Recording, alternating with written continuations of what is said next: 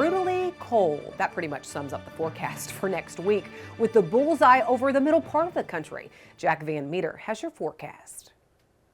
Let's go ahead and start out with the jet stream, and what we're going to watch for is a large Arctic cool down going into next week. Starting today on Sunday, as we can see, fairly subtle troughing going to be taking place for the breadbasket part of the country. We're talking the Midwest here, and as we can see, really starting to dig down deep, and what this is actually going to be doing is allowing for cooler air to be moving down and filtering down as we start off the week. On Monday, on President's Day, we are looking at the potential for folks, especially in the Midwest and the Great Lakes region, to be seeing high temperatures right around just 10 degrees and low temperatures getting close to 0, if not colder. That being said, that cold burst of air is really going to be riding out to the east as we are watching for another trough that is going to be developing, especially over the Four Corner states. Keeping an eye on that because that'll be kicking up another system as another area of low pressure dives down right over the Great Lakes. And as we can see, we are watching for some ridging out west, and what that's going to do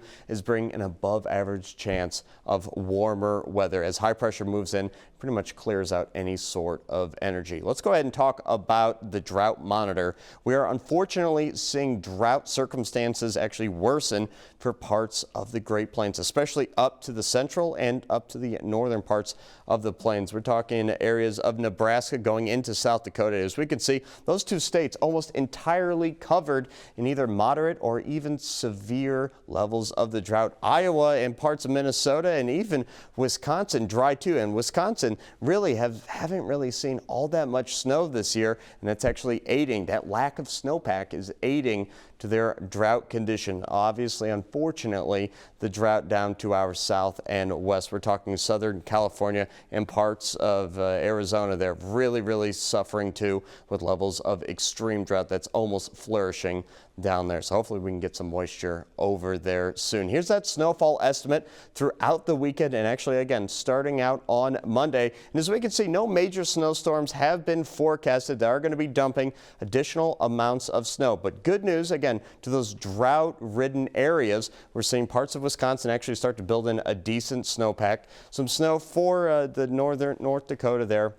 Really starting to dig in parts of Minnesota too. And obviously if we go out east, they're actually dealing with some remnants of a pretty large storm that they had out there. Some folks seeing over 20 inches on the ground. Thanks, Jack. Well, USDA's February WASDE report was released earlier this week, and it was a bit of a sleeper. So why did soybean prices tank earlier this week? Joe Vaclavic and Chip Mellinger join me to talk markets next.